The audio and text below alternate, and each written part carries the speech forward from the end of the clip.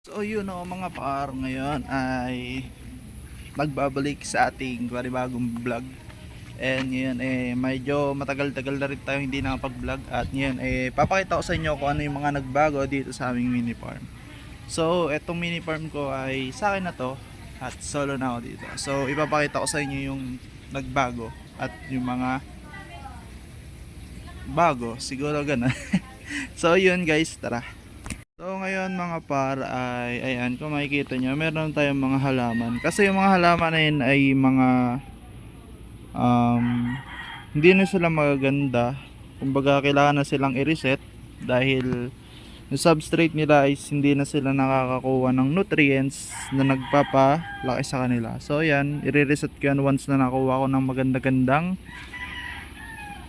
lupa na may maganda. Kasi kung makikita nyo guys is para na silang ayan, para na silang mga payatot, hindi na sila healthy na plants. Pero yung iba tulad nito healthy pa yan. Ayan, at ganito magiging itsura pag hindi na nakakuha ng nutrients, kakamatay na. So pasok naman tayo dito sa ating looban. Pasensya na mga par, at medyo di lang medyo madumi lang talaga. So ayan mga pare, ang update natin sa ating looban dito, no, sa loob ng kubo. Ayan, kung makikita nyo marami nang nadagdag, marami nang nagbago. So unang una natin papakita tong crossbreed natin na PKB 24K PKBM. Ayan, going to ano na yan, adult. Babaan lang natin ang brightness. Ayan, ang ganda nila guys, blue tail. Then meron tayo dito PKBM, ay BKBM, no, at may kasama siyang isang blackberry. Ayan, kung makikita nyo guys, ayan, ayan, itim na itim guys, at meron ng breeder to semi breeder. So binebenta ko na to mga par ng murang halaga lang.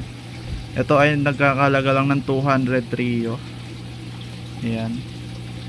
Then dito mga kal na yan mga par, kal na yan, binibenta ko na din yung mga kal na yan. Dito naman is mga danyos and other kal, no? Dito naman mga paris, meron tayo ditong cauliflower na swordtail. Ayan, hindi lang mapokus. Ayan mga par, meron pa dito mga par. Ayan, medyo yung tubig is basag lang kasi ito, kaya hindi umaangat yung tubig at naglilik siya dito sa pinakababa. Then dito mga par is may mga ano tayo, cheetah or mga 24K marble. Ayan, mga breeder ko na yan mga par, kasi yung mga parents na yun nagkamatayan na. Next mga par, meron tayo dito mga yellow pingu. Ayan, mga breeder ko yan mga par. Kung makikita nyo meron tayong screen sa loob, doon nagtatago yung mga fry. Kung makikita nyo yung fry is nandito. Ayan, zoom natin onte. Ayan yung mga fry, para maging safe sila at di makain ng mga parents nila. Then dito naman is mga may PKBM and other guppies. Yan, napaghalo ko kasi yung guppies na to, kaya hindi ko alam kung ano yung mga strain. Pero alam ko pure yan, may RDSS and others. Baka gawin ko na lang kal kasi hindi ko na sila tanda. Baka nagsundutan natin. Then dito naman mga pares RDSS. And meron din ditong mga balloon molly, sinama ko lang. Yan sila mga par. Medyo malabo lang ang ating camera mga par. Ayan. Then dito sa baba is meron tayong mga EBM, electric blue moss, electric ano yun, EBM, electric blue mosco. Ayan, available din yan mga par, budget meal lang for only 153 yo. Then dito yung mga parents ng natin 24K PKBM, at may mga anak na ulit sila na hindi ko ni-harvest, at may mga anak na ulit na maliliit. Ganyan ako kalupit. Then dito meron tayong mga binibenta dito mga metal blue lace per pair. Ayan, sensya at malabo at di pa tayo nakapag water change dito. And dito mga EBM na mga kal, alisin ko na rin to kasi paggugruman ko na rin to ng mga male na mga balloon molly para mas maganda yung labas nila. Nandito mga pares, hindi natin makikita kasi ito yung breeding area ng ating mga guppy. Pero dito may EBM tayo ng breeder. Di ko naman sila nilalagay sa breeding cage dahil so dito hindi naman nila kinakain yung price. So dito meron tayong metal blue lace, AFR, Cerberado red double sword tail, dem. Dito meron tayo ditong albino blue topaz at may nakawalang isang male. Ayun yung isang male, pero okay lang. Dito yung rare strain AFR Blast Belly. Tingnan natin kung makikita natin sila. Malabo ata mga par.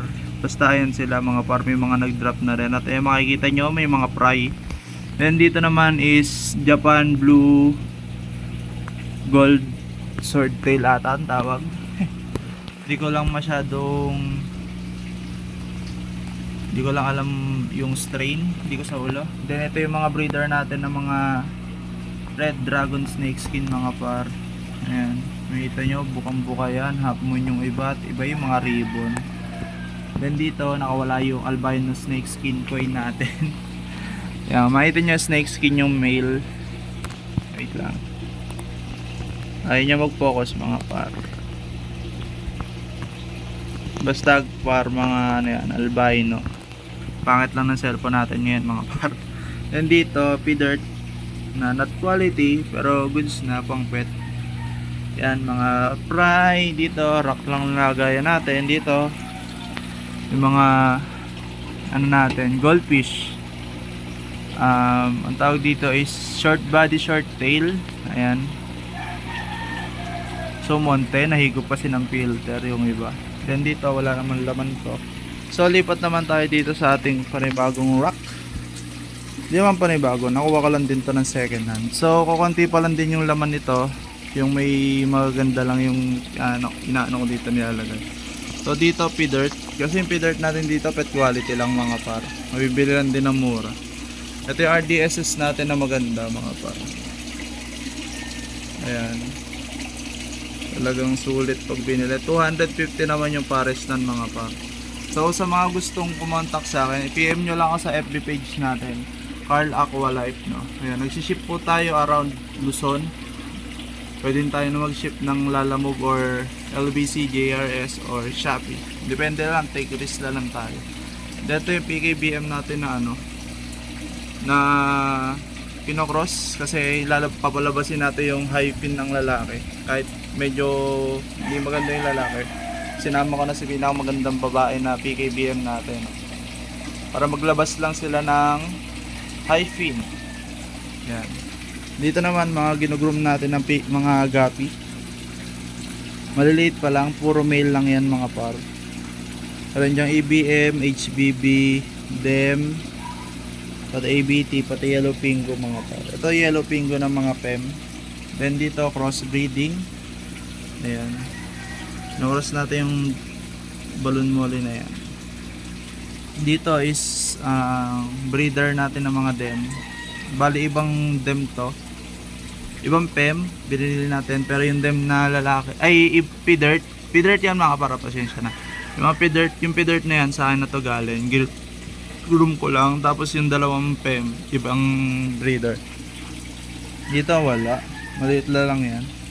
So ito yung na crossbreed natin dati na hindi ko pala nasasabing dati, pero yan yung kiranas ko sa PKBM. Tapos ito yun, no? Ayan mga par, basta yan, isang long body pati short body. Tapos ito yung naglabas, PKBM na blue eyes. Tapos yung isa gold spotted pa. Makikita lang yung gold spotted sa camera is okay na okay. Pero ayan mga par, ang ganda na, no? Sobrang puti. Tapos crystal blue eyes. Then sa baba mga ginugroom natin na HBRRT o half black red rose tail. Tapos dito wala. Nako, mahulog pa ang cellphone natin. Tapos ito EBM, and then dito dem na PEM. Yan. Dito naman is mga shrimp. Makikita nyo yung shrimp natin. Ayan. Hindi masyado makita. Ayaw mag-focus ng cellphone ko guys, wait lang. Ayan mga par. Ito yung yellow shrimp natin mga par. Then dito naman is mga red really shrimp. Ayan may mga maliliit na din. Tapos yung makikita nyo mga nagalaw ng galaw, hindi dap niya yan mga par. Ano yan? Shrimp seed. Pag wala kayong mga isda, nagkakaroon na kusay nan. Then dito mga black shrimp, choco shrimp. Ayan. Nandito, ayan, lumabas tong ano natin. Anong tawag dito? Basta nakalimutan ko na yan par. Pero dito yung ano natin, blue dream. Dito naman yung mga pina-out din natin na red lace. Hindi lang kita, medyo malabo yung camera. Yan. Tapos dito mga blue polar. Tapos mga kino-crossbreed natin, mga project. Yan. Tapos ito, walang laman yun. Dito may project din tayo na full super gold or tinatawag nilang flat gold. Yan, tamang crossing lang tayo mga para mas tumaas yung value ng isda. Yan. Tapos dito mga EBM mga par, electric blue balloon molly na may halong golden. Teka lang mga para, medyo di ata kita. Hindi yan mga par, nilayo ko lang, pasensya na mga para, yung video natin medyo gulo-gulo. Then dito mga Sunkiss balloon molly natin mga par, yung may platy lang na balloon molly na, ay balloon platy lang na nandyan. Ayun yung makikita nyo. Yan, mga breeder size na yan mga par, binibenta natin to. Then dito mga angel fish. Ayan, proven pair, binibenta na din natin kasi quit muna tayo sa egg layer. Then dito nag-iisa na lang to kasi pinatay niya na yung Paris niya, hindi ko alam kung bakit. Then dito mga par, hindi na natin mapapakita yung gilid kasi medyo sobra pa no, sobrang dumi. Ayan, ito yung mga full gold natin mga par. Tapos yung mga kasama nilang maliliit is mga platy, balloon platy. Ayan, tapos ito yung isang feeder natin na pinabayaan muna dyan para medyo maging okay kasi walang female dyan. Then dito mga kinocross natin mga par, makikita nyo may PKBM, Sunkiss, Lemonade Ninja, Marble, EBM, and Blackberry. Ayan mga par, ayusin lang natin. Ayan mga par. Then dito naman mga Goldas. Ayan mga Goldas mga par. Isang episode lang to mga par para sulit yung nood nyo. Dito mga blue polar. Dito nabasag na yung aquarium natin dahil yung stand natin is tumabingi na. Ayan kung makikita nyo, basag na. Then ito yung pares ng blue gurami ko. Nabreed ko yan mga par. Ayan, nag-focus na ano mga par. Ayan, nabreed ko na yan mga par. Bale ito yung anak nila. Hindi ko lang inaalis dahil hindi ko din naman sila mabibreed. So ito fem ng gold cobra cold, ano yan? Basta hindi ko masyadong alam yung mga double sword tail basta double sword tail siya mga par. Then ito yung pinakatatay pa ng aking metal blue lace. Sinamahan ko lang ng pem para baka maglabas para mas maganda. Bali ano na to, second batch na to ng anak niya. Sinama ko lang. Then ito yung mga HBB natin ng mga breeder. Yan, goods pa na may HBB natin. Then dito naman, ito na yung rack natin ng mga 2.5 gallons mga paro.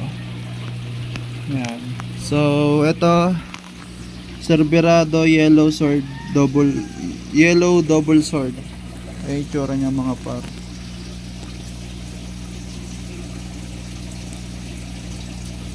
Ayan. Tapos dito mga YKC natin, Yellow King Cobra na ina-out ko na rin mga par dahil mag-quit na ako dito sa strain na to. Ayan, kunin nyo na yan, 3 pem. Tapos dito crossbreeding ng full gold and electric blue. Pero yan, kung makita nyo yung mga fry, di ko alam kung anong kakalabasanan. And dito fry yan ng ano, PKBM, tapos sinamahan lang natin ng trio ng purple grass. Purple yan mga par. Ito. Then dito mga par ay wala na to. Out of ano na to? Out of she. Kasi medyo calish na to. Ayan, makita nyo, deform na. Makibenta ko lang din ang mura. Ito full gold. Ito EBM ulit. Another breeder na pinagbilang ko. Pero para hindi mag cross yung EBM. Then dito feeder. Ayan. So dito mga quality na ano natin. By pares. Ito yung AFR. Quality kasi yung line nito mga par. Ayan. Grabe, ay mag-zoom. Ayan, mag-focus. Basta, wait lang. Ayan na mga par. Bali nag-focus na siya. Ayan, i-AFR natin yung quality yung mga par. Pulang-pula. So, di ma-focus talaga. Ayan, ito pa yung isang pair. Yung pulado. At baka manganak na rin to. Yung dalawa. Pantayin na lang. So, ito, panibagong strain to mga par. Yellow. Ay, short body na platinum.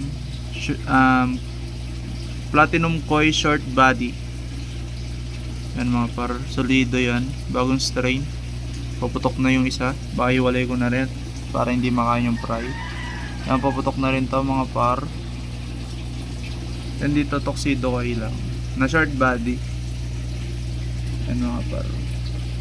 Ganda na ng pattern nan mga par. Solido talaga. So dito. Yan mga par. Wait lang. Ayan par, bari nag-focus na. Ito na yung mga goldfish natin nung sinaunang panahon pa. Hindi naman. Bali yan yung mga fry na last month. Ewan ko 7 ano na din yata. 7 months. Pero yan, malalaki na din sila mga par. Tapos yung ano natin dyan, yung nasa likod is BTO, Black Tie Oranda.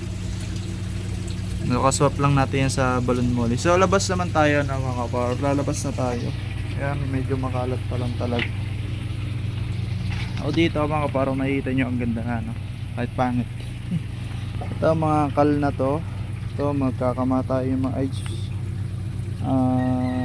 dito HBRRT natin, nagkakamata yan. Tapos ito ABM. Sobrang dami na mga paro.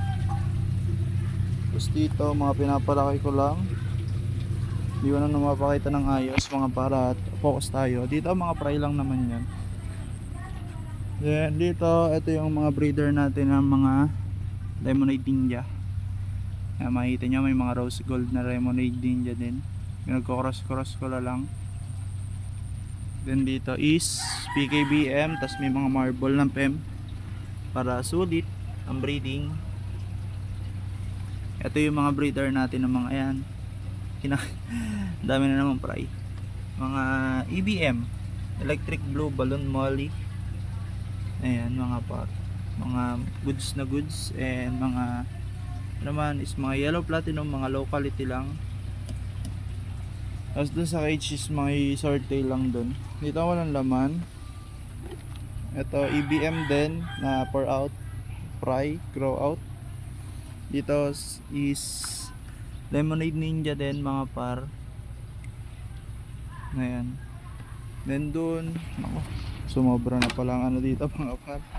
Mga duckweeds, baka hindi makasurvive ang ating mga breeder ng kunin lang natin yung duckweeds na iba.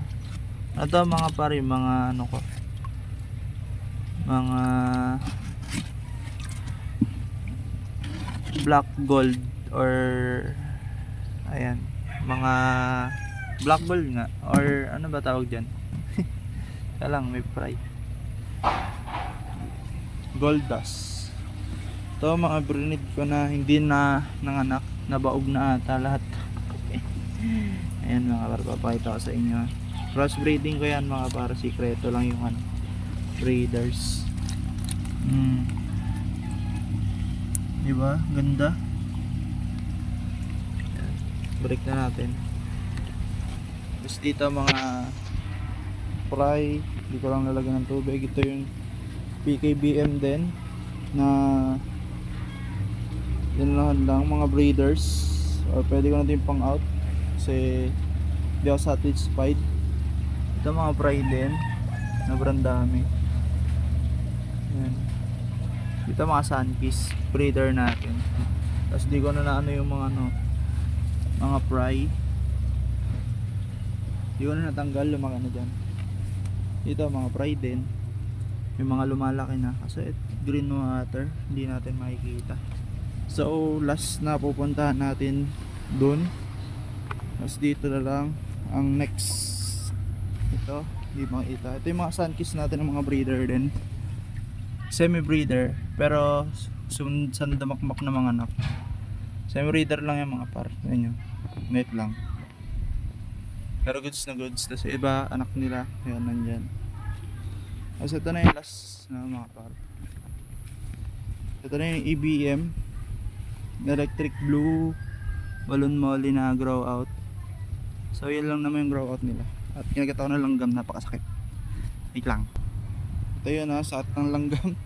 Saat mga gat. Then dito naman is mga grow out natin ng mga goldas. Ayan. So at mga gat na langgam mga par. Ang dami nun mga par, kasi maliliit pa lang. Langgam yung tubig, kaya dapat pinapakain to para mas lumaki na lumaki.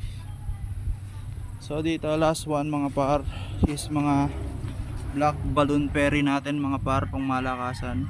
Ayan, binibenta natin din to. Breeder size 1.5 trio. Ayan, PM nyo lang ako sa page mga par. Gusto nyo mag-avail. Ayan, solido yan mga par. Oh. Solidong napakaganda. Black beauty, black nigga. So yun lang na mga par. At kung nag-enjoy kayo sa aking video, subscribe nyo na. And para laging kayong updated, subscribe nyo na rin. So yun lang mga par. For more update, please like and share and comment sa mga gusto magpa-shoutout. So shoutout nga pala sa mga last na nag-shoutout sa akin, no? Kila JJ Beta, Peter, at sa mga iba pa. So yun lang mga par. Kita-kits sa panibagong video. Peace!